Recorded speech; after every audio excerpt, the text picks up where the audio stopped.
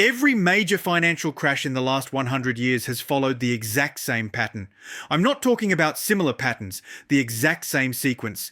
1929, 1987, 2000, 2008, they all followed it. What's interesting is that this five-stage process shows up months, sometimes years before the crash actually happens. Wall Street knows it, the Federal Reserve knows it, the people managing money for billionaires definitely know it, but you probably haven't heard of it, because if ordinary people understood it, they could pull their money out before the crash, not after. Today, I'm going to walk you through all five stages and show you exactly where we are right now in this sequence. Spoiler, we're further along than you think. Back in 1929, a man named Roger Babson gave a speech at a business conference, saying 9 words that made him the most hated man on Wall Street. Sooner or later, a crash is coming and it may be terrific. The audience laughed. Newspapers mocked him. Irving Fisher, the era's most celebrated economist, publicly dismissed him, declaring that stocks had reached a permanently high plateau. 47 days later, the market crashed. Fisher lost everything and died in poverty. Babson, on the other hand, made a fortune and even founded a college that still exists today. But here's what most people don't know. Babson wasn't guessing. He had developed a systematic method for analyzing financial conditions. He looked at credit levels, market concentration, institutional behavior, liquidity conditions, and what he called trigger vulnerabilities. 5 factors, 5 stages.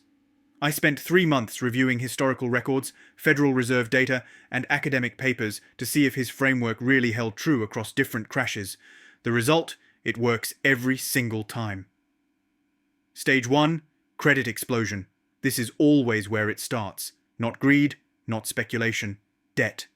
Before every major crash, credit expands faster than the economy can handle. People borrow money they can't afford to repay and use it to buy assets. This buying pushes prices up. Rising prices make people feel wealthy, and feeling wealthy makes them borrow even more. It creates a feedback loop that feels like prosperity, but in reality, it's a trap being set.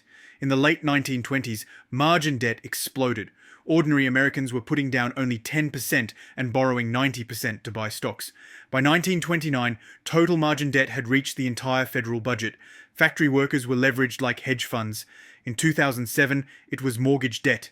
Banks created complex financial instruments that let people buy homes with no money down.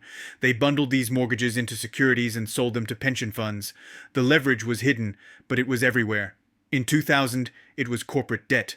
Companies with no profits borrowed billions to fuel expansion using their stock as collateral. When those stock prices fell, the whole structure collapsed. Now look at where we are today. Official margin debt sits around $750 billion. But that's misleading. It only captures a fraction of the actual leverage in the system. Add in securities-based lending, where wealthy investors borrow against their portfolios, and you add another $800 billion. Add the leverage baked into options markets, where a small amount of money can control massive positions, and you're talking trillions more in notional exposure. Corporate debt has exploded to over $10 trillion, much of it used to buy back stock rather than build businesses. Government debt has surpassed $34 trillion, requiring interest payments larger than the entire defense budget. As a percentage of GDP, total debt in the US is now higher than in 1929, higher than in 2008, higher than at any point in recorded history. Stage 1 isn't just flashing red, it's on fire. Stage 2, the concentration trap. Here's something they don't teach in finance class. Crashes don't happen just because prices are high, they happen because risk is concentrated. When a small number of assets hold a disproportionate share of market value, the system becomes fragile. One stumble, and it drags everything else down with it. In 1929, the market was dominated by a handful of glamour stocks. Radio Corporation of America, RCA, was the superstar, soaring from under $2 to over $500 in just a few years. People didn't understand radio technology, they just saw the stock climbing. RCA made up a huge chunk of the market's value. When it cracked, the whole market cracked. In 2000, it was the dot-coms, Cisco, Intel, Microsoft, just a few tech giants. The Nasdaq was basically a bet on 10 companies. When those 10 faltered, trillions in wealth evaporated. In 2008, concentration hid in the banking sector. 5 banks held the majority of derivatives exposure. When Lehman failed, it nearly took the entire system with it. Today, concentration is staring us in the face, and somehow nobody seems worried. The top 7 stocks in the S&P 500 now account for over 30% of the index. At points this year, it's been closer to 35%. Think about what that means. When you buy an S&P 500 index fund, what most 401ks and retirement accounts hold, you're not really buying 500 companies. You're making a massive leverage bet on Apple, Microsoft, Google, Amazon, Nvidia, Meta, and Tesla. If those 7 stocks drop 50%, your diversified index fund drops 15 to 20%, even if every other stock stays flat. And here's the kicker. These 7 stocks are all priced for perfection, not just good earnings, perfect earnings. Any disappointment, slowdown, or crack in the story, and the selling feeds on itself. Passive investing makes this worse. Every dollar that flows into an index fund automatically buys more of the biggest stocks, pushing their prices higher. The next dollar buys even more. It's a momentum machine that works beautifully on the way up, but reverses on the way down. Every dollar that flows out hits the largest positions first. Forced selling creates more selling. This is stage 2, the concentration trap, and we're deeper in it than ever before. Stage 3, the smart money exit. This is the stage that makes me angriest because it reveals how the game really works.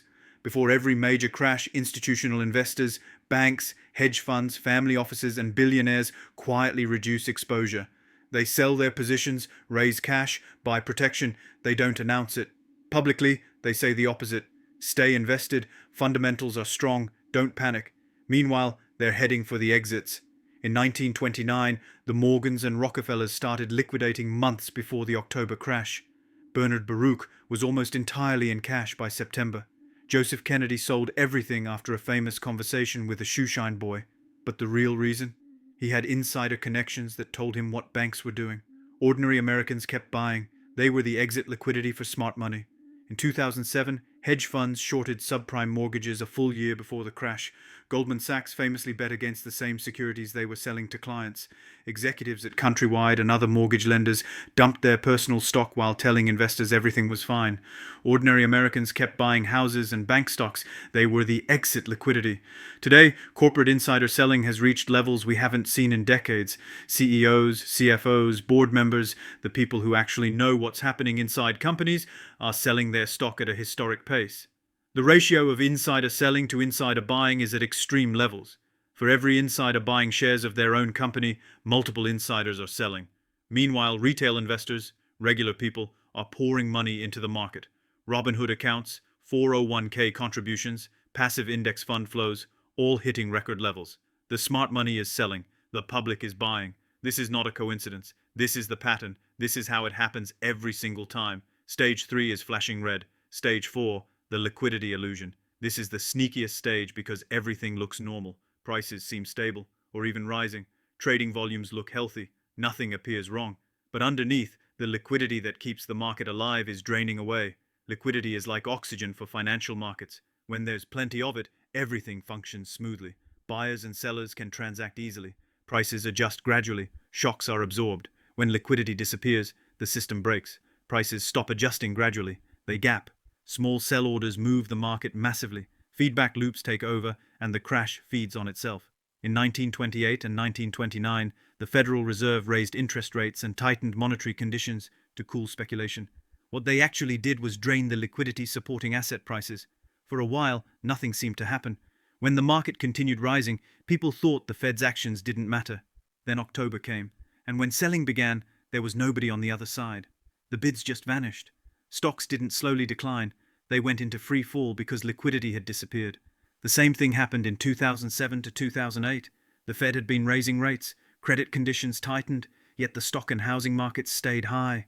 Everything seemed fine. Then Bear Stearns collapsed. Then Lehman Brothers. Suddenly everyone realized liquidity was gone. The market dropped 50% in months. Now look at today. The Fed has raised interest rates at the fastest pace in 40 years, from 0 to over 5% in less than 2 years. They've also been running quantitative tightening, pulling hundreds of billions of dollars out of the financial system. This is not normal. This is not a drill. The real question isn't whether you believe me. The question is what you're going to do with this information. Roger Babson didn't just predict the 1929 crash, he prepared for it. While everyone else was leveraged to the limit, he held cash. While others chased stocks at the top, he bought farmland and hard assets. When the crash came, he wasn't wiped out. He survived and thrived. Irving Fisher, the brilliant economist who mocked Babson, lost everything. His fortune, his reputation, his legacy. He spent the rest of his life trying and failing to recover. The difference wasn't intelligence. Fisher was probably smarter.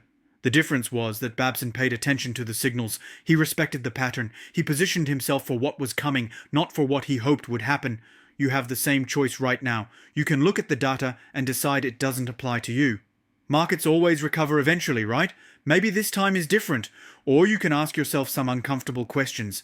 How much of your wealth is tied to the stock market right now? Not just your brokerage account, but your retirement accounts, your pension if you have one, even your home equity if you're in a bubble market. How much of that is concentrated in a handful of mega-cap tech stocks? How much of your financial security depends on prices staying exactly where they are or going higher? If the market dropped 50% over the next 18 months like it did in 2008, would you be okay? Would you lose your retirement? Would you have to delay your plans by a decade? I'm not telling you what to do. I'm not a financial advisor. I'm a historian. I study patterns, and the pattern is clear. The people who get destroyed in crashes aren't stupid, they're just unprepared. They trust experts who tell them everything is fine. They believe the system is more stable than it really is. They assume someone would warn them if things were truly dangerous. Nobody warned people in 1929. Nobody warned them in 2008. Nobody is going to warn you now. The warning is the pattern itself, and now you know it. What you do next is up to you. If this video helped you see something you didn't see before, subscribe and turn on notifications. I'll be breaking down each of these 5 stages in more detail over the coming weeks, including the specific data points you can track yourself. Knowledge isn't power. Applied knowledge is power. The crash of 1929 didn't have to destroy so many lives. The signals were there. The pattern was clear. People chose not to see it. Don't make the same choice.